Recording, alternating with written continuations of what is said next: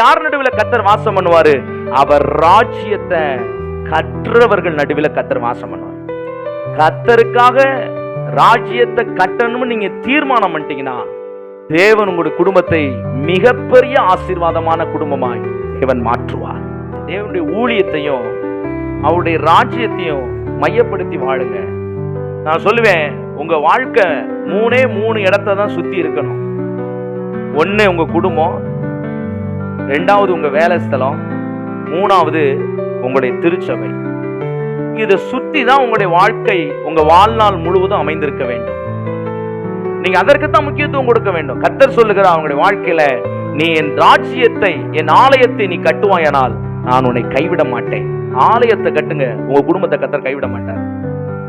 தேவ ராஜ்யத்தை கட்டுங்க, உங்க குடும்பத்தை கர்த்தர் கைவிட மாட்டார். வாழ வைப்பார், வாழ வைப்பார்.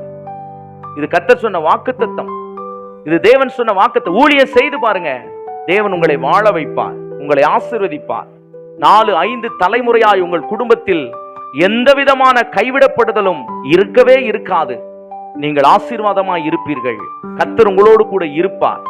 இன்னைக்கு தேவனுடைய பிள்ளைகளாகிய நாம் ஒரு தீர்மானம் பண்ண வேண்டும். ஆண்டவரே, உங்க ராஜ்யத்தை நான் கட்ட வேண்டும், சுவிசேஷத்தை பிரசங்கிக்க வேண்டும். சுயநலமா வாழாதீங்க, செல்பிஷா இருக்காதீங்க. வாழ்க்கையில நீங்க சுயநலமா செல்பிஷா இருக்கிறது உங்களுக்கு ஆபத்து, உங்களுக்கு ஆபத்து. சுயநலவாதிகளாய் மாறி போகாதீர்கள்.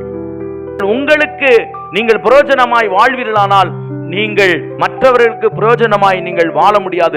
மற்றவர்களுக்கு பிரயோஜனமாய் நீங்கள் வாழ்ந்து பாருங்கள், உங்களுக்கு நீங்களே பிரயோஜனமாய் இருக்க கர்த்தர் உங்களை ஆசீர்வதிப்பார். வேதம் அப்படித்தான் சொல்லுகிறது. நீ மட்டும் வாழு, நீ மட்டும் சாப்பிடு, நீ மட்டும் தூங்கு, நீ மட்டும் எப்படியாவது நல்லா இரு அப்படின்னு சொல்லல பைபிள்.